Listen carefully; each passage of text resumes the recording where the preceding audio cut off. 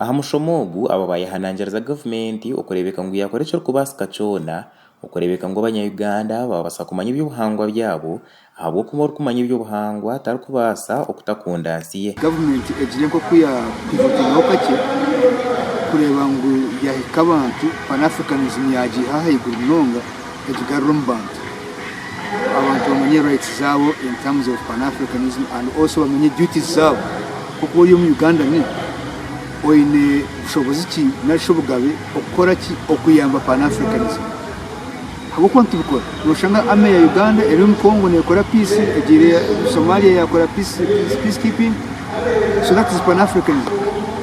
If you're not a member of the army, you're not one of the projects as a police, and you're not at that level, there is very little that you can deal with. Ogu yayongera yashoborera ko omuntu wa burijo nayitenga okwegesibwa ogarukushoborera kugira ngu abantu abingi bari omunsi konka tobarikumanya n'obugabo bubashemerire. In terms of the public, the street, the car share, for instance, it's not automatically obvious ngumuntu ayetegereza any responsibility as a pan-Africanist, as an African citizen.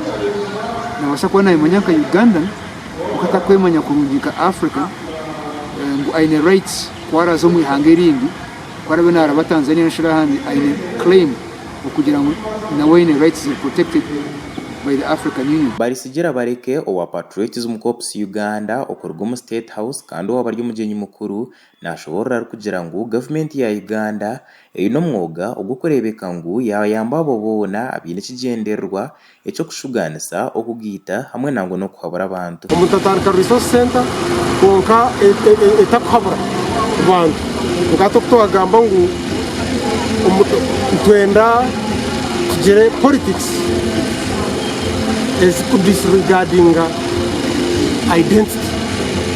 Can't have to work on a resource center, ya pan-Africanism. It create a segregation now. You get me? The government there will not support.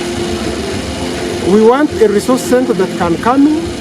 It will be in position to create a harmony, create a reconciliation, ningashi okusasira, create a history.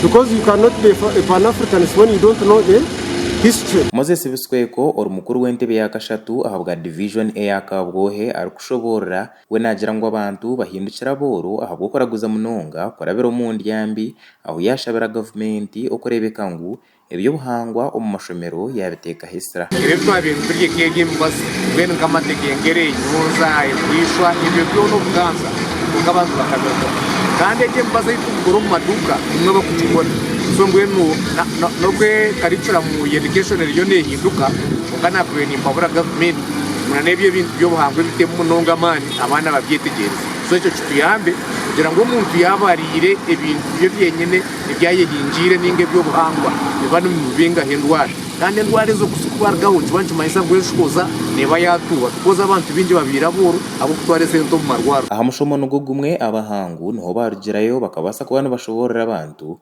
ngwekeretire emibiri yabo hamwe n'amagara gabo gagumana gagendera harutezyo nahabwe ndyambi kandi nico ceretire n'indwara zayiyongera nuko kubashaba okukoresa ibyo kurya nko mubazi. Ebintu birina excessive carbohydrates, ebirina emmere ezingo muri ekiridde, ebirina sukali ayiridde tubyewala ne tubijja mu system yaffe. Ejje mbazi myese kukuza kano babasana na kudevelopinga ibihemu bazi ndijo kuko koro kubagenzere bakakwata ibishaka bitu batuye mu complex. Batwegesa gukora movement polisa ibyo nyankore nko kurya dodo kurya figa ukore sembirizi za rukaka kugira ngo twerinde kugumana ko December ziyekira.